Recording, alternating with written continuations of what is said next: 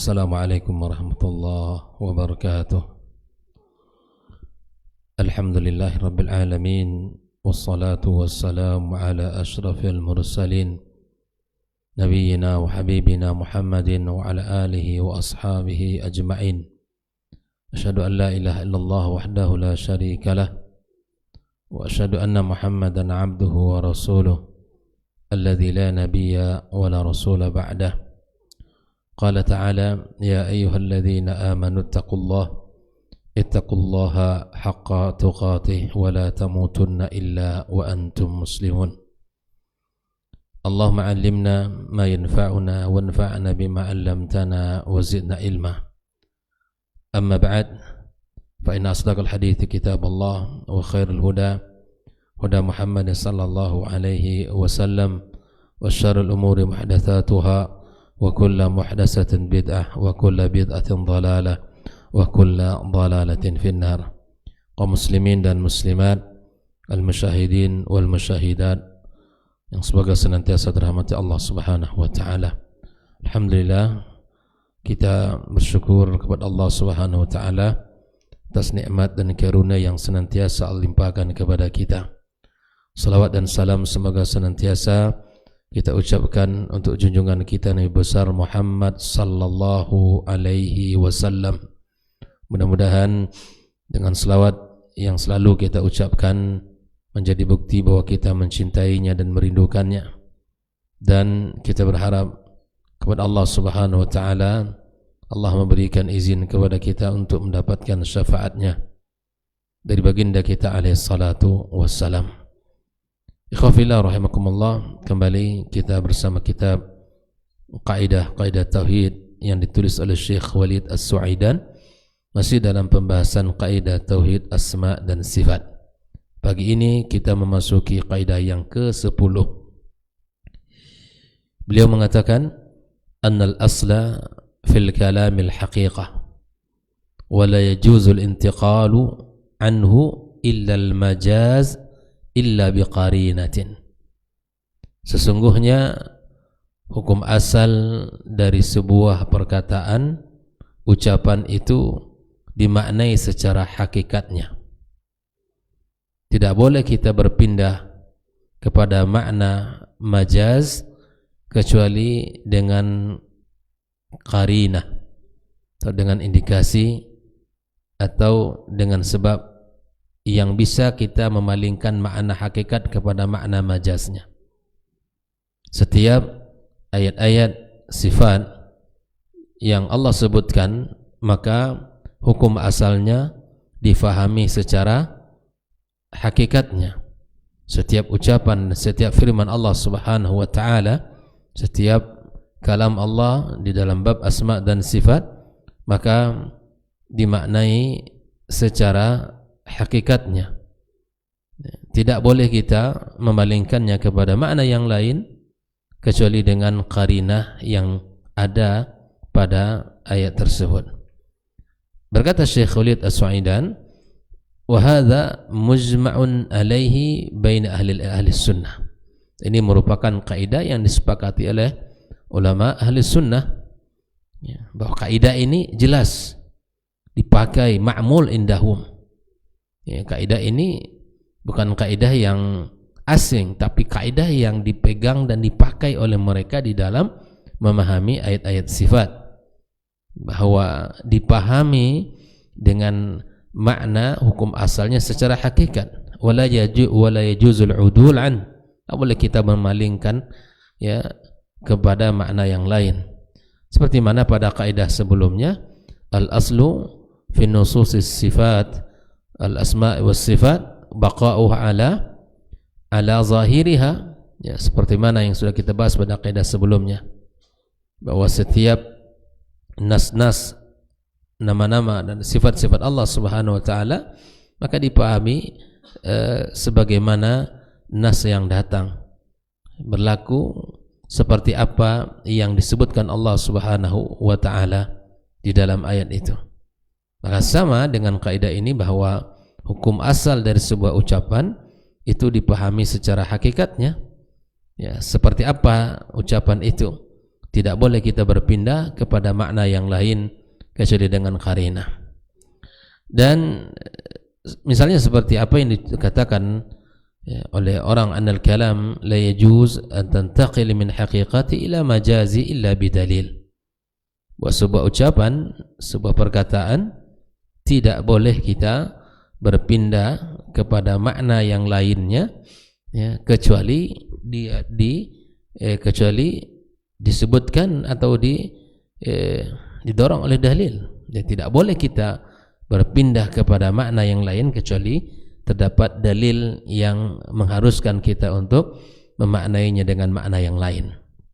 Nah, selama tidak ada dalil, maka pahami seperti mana Allah Subhanahu wa taala katakan dan seperti mana yang disampaikan Rasulullah sallallahu alaihi wasallam. Seperti yang contoh disebutkan di sini, bal yadahu mabsutatani. Ini seperti yang kita bahas juga pada kemarin.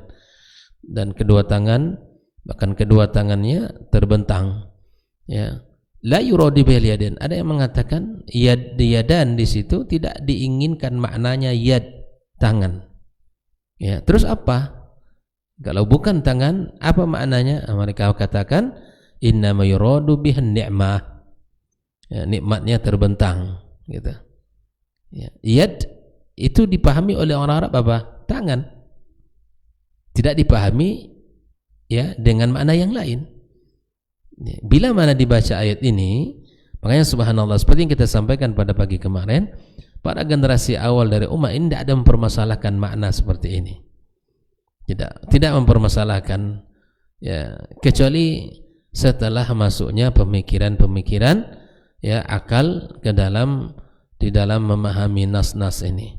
Setelah ilmu kalam berkembang, barulah nanti masuk ya dipertentangkan Allah, dipertentangkan makna Ar-Rahman 'alal 'arsy istawa, dipertentangkan makna ya lima khalaqtu biyadayya, dipertentangkan makna waja'a rabbuka wal malaku saffa saffa, dipertentangkan makna yanzilu rabbuna tabaraka wa ta'ala, Allah turun ke langit. Semua dipertentangkan setelah ilmu kalam.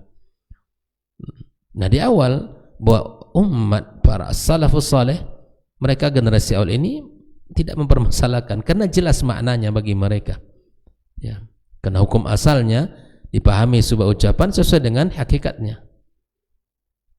Tidak boleh kita berpindah kepada makna yang lain kecuali dengan qarinah atau dengan dalil. Nah, pada surah Al-Maidah ini bukan tangan maksudnya kata mereka. Ya. Jadi apa maksudnya? An-ni'mah. Nikmat. Nah, fa anta intaqalta ya akhi min al-haqiqat ila al-majaz.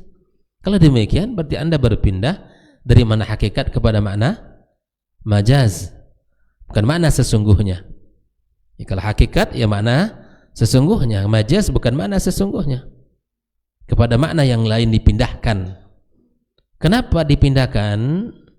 Karena memang keinginan hati untuk mentanzih Allah, mensucikan Allah dari sifat-sifat makhluk, ya, dari sifat-sifat makhluk, tapi terjebak dalam sebuah kesalahan yang lain. Bahkan sebagian mentakwil itu adalah menghilangkan maknanya. Bukankah itu menghilangkan makna asal memindahkan kepada makna yang baru? Ya. Nah, ini tetapkan saja seperti mana Allah katakan dan seperti mana Allah Rasulnya SAW sampaikan. Fala budda min dalilin yadulluka ala hadzal intiqal. Akhi fillah, kamu harus punya dalil untuk memaknai ini kepada makna yang lain. Wa illa, kalau tidak punya, fal asl huwal baqa 'ala al haqiqah. Maka pahamilah hukum asal dari ucapan ini atas makna berdasarkan makna hakikatnya. Makna hakikatnya apa tadi? Tangan. Sudah. Tetapkan apa yang Allah tetapkan untuk dirinya. Seperti hadis, dalam hadis lain, hatta yadha'a fiha Rabbul Izzati rijlah, sampai Rabb yang mulia meletakkan kakinya. Itu hadis Nabi. Akhrajal Bukhari ya wa Muslim dalam kitab sahih mereka. Rijl dalam bahasa Arab, ya kan? Apa maknanya? kaki. Qalu, tapi mereka yang tidak mau menetapkan makna rijl bagi Allah, qalu laisal maqsud ar-rijl, innamal maqsud ya at-ta'ifatu minan nas. Ya, tapi itu adalah sekelompok manusia. Idzan anta ya akhi tantaqil minal haqiqati il majaz. Kalau demikian kamu berpindah dari makna asli kepada makna majaz. Apa dalil kamu tentang ini? Wa aina naqil?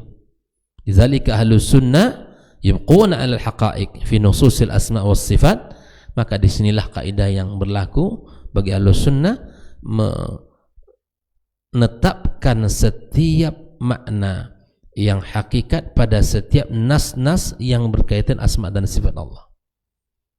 Gitu Pak Deh. Jadi tidak boleh kita pindahkan, takwilkan kepada makna yang lain kecuali ada dalil yang menunjukkan harus kita pahami, atau kecuali perkataan para as-salafus salih misalnya, seperti di dalam ayat-ayat misalnya mereka menyatakan, maka kita pakai wala yantaqiluna anha illa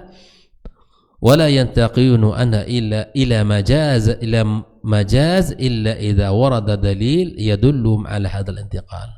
Bila mana kita berpindah dari mana asli kepada mana majazi, maka kita tidak boleh berpindah kecuali dengan dalil. Jelas sampai di sini ya, bahwa kaidah kita menekankan hukum asal daripada satu perkataan adalah berdasarkan makna hakikatnya. Ya. Kecuali ya ada dalil yang menunjukkan, baru kita berpindah kepada makna yang lain. Ya. Saya pergi ke pasar misalnya. Ya jelas saya pergi ke pasar. Bukan pasar maksudnya di situ. Tetapi misalnya disebutkan ya tempat lain. Ya pasar dipahami ya pasar seperti mana yang dimaksud oleh kita, tempat belanja, tempat transaksi, ya, kita membeli sesuatu misalnya seperti itu. So, saya pergi ke masjid, ya masjid jelas maksudnya, bagi kita jelas. Begitu juga bagi orang Arab, ketika ayat ini turun ya, dengan bahasa mereka memahami.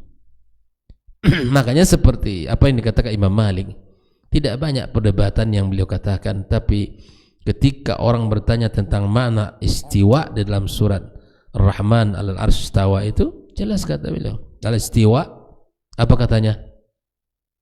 Andre, apa kata Imam Malik?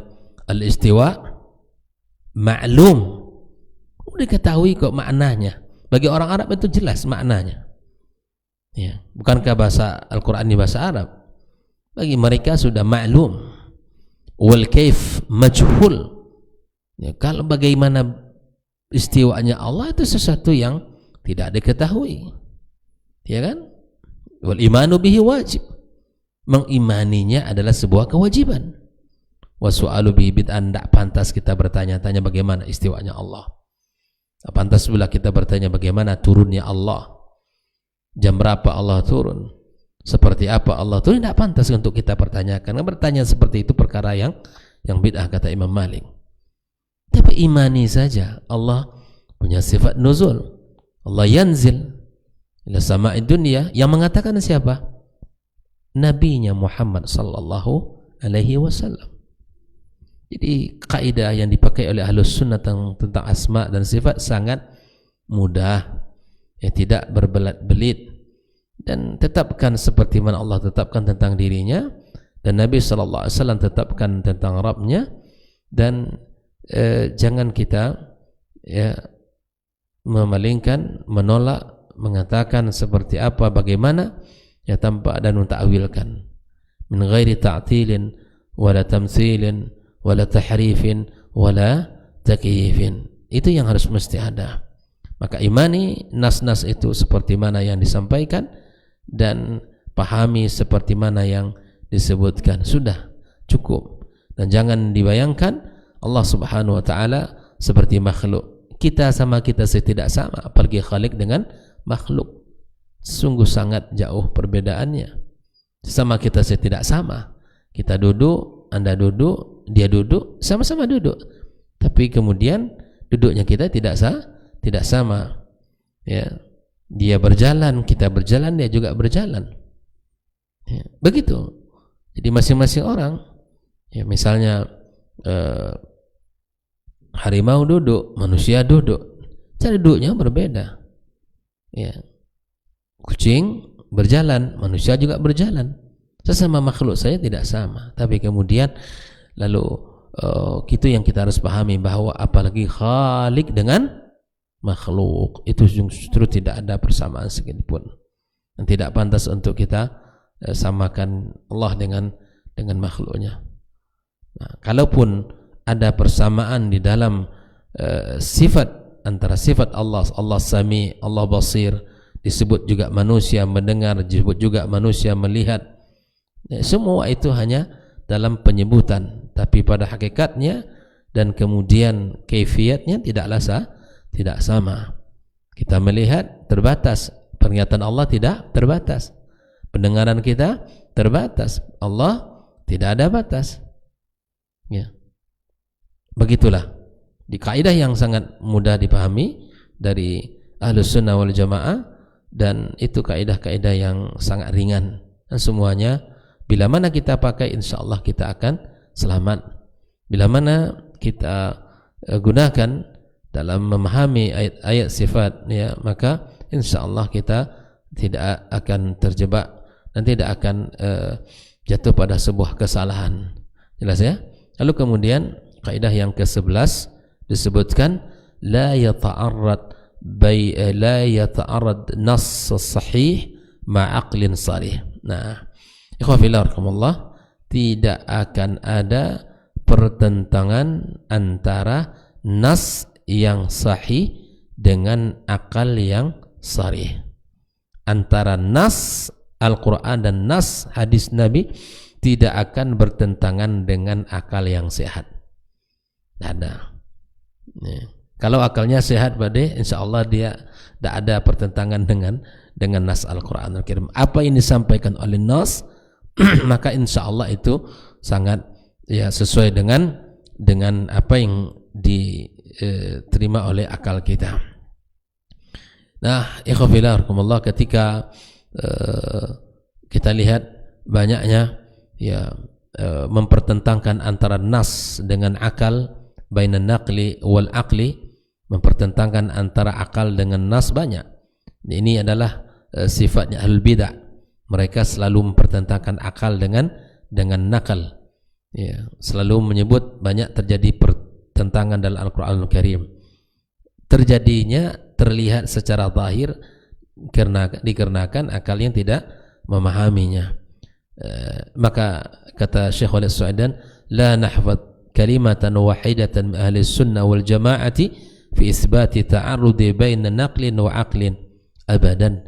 Tidak satu kalimat pun kita dengarkan dari para ulama ahlus sunnah terjadinya pertentangan antara akal dengan nakal.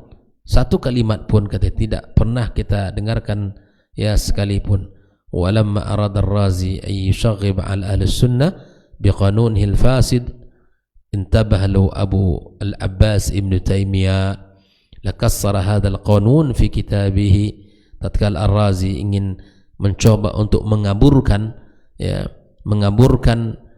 tentang kaidah bahwa tidak ada pertentangan antara akal dan nakal, maka dia membuat sebuah kaidah-kaidah yang rusak. Maka kemudian Syekhul Islam Ibn Taimiyah Abul Abbas membantah kaidah-kaidah beliau dengan satu kitab yang sangat luar biasa, ditulis ya Dar'u Ta'arudi Al-Aqli wan Nakal.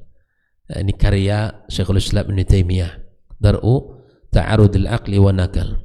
Dia menolak adanya pertentangan antara akal dan nakal. Orang aklaniyin, orang-orang yang menggunakan akalnya belaka tanpa dikawal oleh wahyu, mereka menyebutkan adanya pertentangan itu. Dengan kitab yang ditulis oleh Ibn Taimiyah ini, maka terbantahlah kaidah-kaidah yang ditulis oleh Ar-Razi. Dan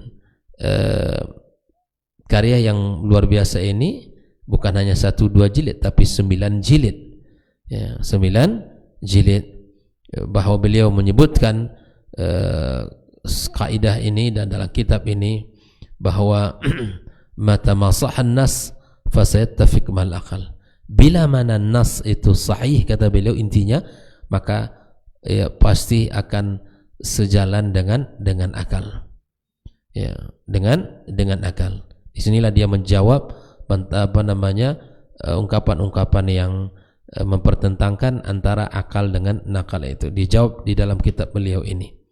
Subhanallah, inilah taufik yang Allah berikan kepada Syekhul Islam Ibnu Taimiyah di dalam membantah, dan bahkan karya-karya beliau itu sangat banyak dan semuanya ada pada setiap keyakinan orang, dan dia juga membantah orang-orang Nasrani, ya, kemudian membantah orang-orang al-falasifah, membantah orang-orang yang berkecimpung dengan ilmu kalam, dan semua itu dibantah oleh beliau.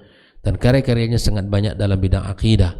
Karena suatu ketika pernah beliau ditanya, ya Syekh, kenapa engkau fokus dalam bidang akidah dibandingkan bidang-bidang yang lain? Kata beliau, kesalahan seorang dalam bidang akidah berakibat fatal, ya, tetapi bila mana kesalahan manusia atau khilaf yang terjadi pada bab fikih, bab ibadah, maka itu tidak sefatal kesalahan dalam bidang akidah. Akidah mesti berdiri kokoh, pondasinya harus kuat, ya. Maka bila mana seseorang salah dalam mendirikan pondasi akidahnya, maka dia akan rusak bangunan agamanya. Tapi di dalam bab ibadah, fiqih misalnya, terjadi khilaf, maka khilaf para ulama, ya, terjadi mazhab Hanafi, Maliki, Syafi'i, Hambali, mereka masing-masing punya dalil di dalam menyimpulkan hukum. Maka dalam bab akidah mesti kita benar di dalam mengambil dalil. Maka oleh karena itu, khafillah, beliau memiliki fokus yang luar biasa. Walaupun demikian, ya, kitab-kitab dia yang juga berbicara tentang akidah banyak dinukil oleh ulama-ulama yang juga, ya, fatwa, ya, dalam kitab fatwanya bukan berarti hanya akidah, semuanya ada tafsir, bahkan ada fikih di dalamnya. Majmu' fatwa beliau ini luar biasa, puluhan jilid, dan di situ semua ada, bahkan seluruh bidang ilmu ada. Ini menunjukkan bahwa bukan hanya bidang akidah, tapi di semua bidang keilmuan beliau sangat mumpuni. Oleh karenanya, ikhwafillah rahimakumullah, di dalam kitab itu dibantahlah orang-orang yang mempertentangkan antara akal dengan nakal. Mudah-mudahan dua kaidah ini bisa kita pahami dengan baik, ya, bahwa kaidah yang pertama, bahwa sesungguhnya hukum asal terhadap sebuah perkataan dipahami secara hakikatnya, ya, tidak boleh kita berpindah kepada makna majaz kecuali dengan dalil. Kedua, la yata'arrad nassun sarih ma'a aqlin la yata'arrad nassun sahih ma'a aqlin sarih. Tidak ada pertentangan antara akal, ya, nas yang sahih dengan akal yang sehat. Ya, tidak ada. Ya, tidak ada pertentangan antara apa yang dipahami oleh akal dengan apa yang Allah sebutkan dengan nasnya. Semua itu, ya, pasti sinkron, ya, karena Allah Subhanahu wa taala yang menciptakan itu semua. Akal kita dan Allah Subhanahu wa taala memberikan pemahaman kepada kita. Adapun nas, firman, itu adalah kalamullah azza wa jalla ghairu makhluk, yang insyaallah itu adalah sebagai petunjuk, ya, bagi kita orang beriman. Wabillahi taufik. Demikian pembahasan kita pada pagi ini. Semoga Allah berikan kepada kita pemahaman yang benar dan amal yang sahih di dalam menjalankan perintah-perintahnya. Wa sallallahu ala nabiyyina wa habibina Muhammad wa ala alihi wa sahbihi ajma'in. Wassalamualaikum warahmatullahi wabarakatuh.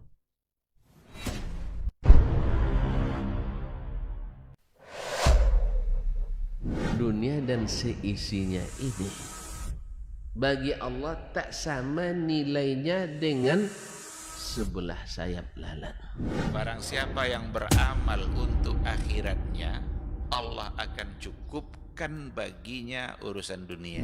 Sayati zamanun 'alan nasi as-sabiru fihim qalqabit al-jamarah. akan ada satu masa di akhir zaman yang berpegang teguh dengan agamanya seperti orang yang sedang memegang bara